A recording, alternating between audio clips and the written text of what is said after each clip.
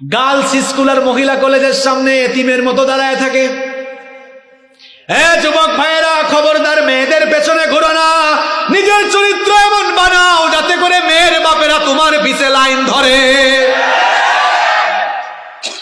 আত্মসম্মান যাদের আছে তারা নিজেদের চরিত্রকে উন্নত করে, চরিত্রটাকে উন্নত বানাও, ক্যারিয়ারটাকে সুন্দর বানাও।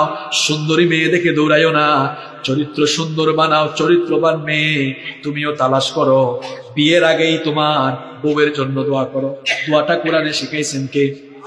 এই অবিবাহিত ছেলেরা শোনো, তোমাদের তো বউটাও নাই, তোমরা বউর জন্য দোয়া করো। দোয়াটা শিখাইছেন কে?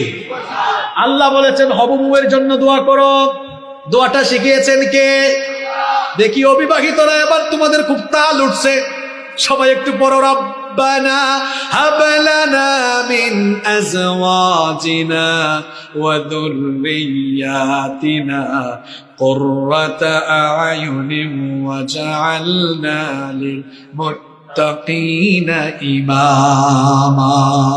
সবাই আমার সঙ্গে বলেন, রব্বানা হাব লানা মিন আজওয়াজিনা ওয়া যুররিয়াতিনা কুররাতা আ'য়ুনিন ওয়াজআলনা লিল মুত্তাকিনা ইমামা।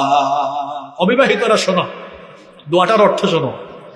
রব্বানা হাব লানা, হে রব আমাকে গিফট করো। কি করো?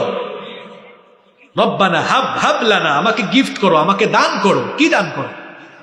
মিন আজওয়াজিনা, স্ত্রী দান করো। ওয়া যুররিয়াতিনা, এমন সন্তান দান করো। এবার স্ত্রী আর সন্তান কেমন দিবে সেটা চাইছে দোয়ার মাধ্যমে। কুররাতা আয়ুন, কুররাতা, এমন স্ত্রী দিও যে স্ত্রীকে দেখলে আমার চোখ জুড়িয়ে যায়। সুবহানাল্লাহ পড়তে মন চায় না? এমন স্ত্রী যাকে দেখলে চক্ষু শীতল হয়ে যায়। মানে শুধু সৌন্দর্যে চোখ জুড়াবে এমন নয়, তার সৌন্দর্যে, তার চলনে বলনে চরিত্রে সব দিক থেকে যেন আমার চক্ষুটা শীতল হয়ে যায়, কলিজাটা যেন ঠান্ডা হয়ে যায়। সুবহানাল্লাহ। যুবক ভাইয়েরা, খালি সুন্দরী মেয়ে দেখে দৌড়াইও না।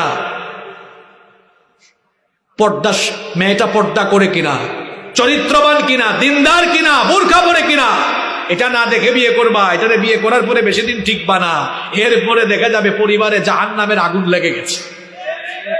মেয়েটা যদি নামাজি হয়, দিনদার হয়, পরহেজগার হয়, ওই মেয়েকে জীবন সঙ্গী বানায়া জীবন শুরু করলে দেখা যাবে ঘরটা জান্নাতের আলোয় আলোকিত হয়ে গিয়েছে। লোকমান হাকিম তার ছেলেকে বলছেন তাকওয়ার কথা। আমরাও আমাদের সন্তানগুলোকে তাকওয়ার ট্রেনিং দিব। রাজি আছেন তো? 4 নম্বরে বলছেন, ইয়া বুনাইয়া আকিমিস সালাহ, হে কলিজার টুকরা সন্তান, সালাত কায়েম কর। সালাত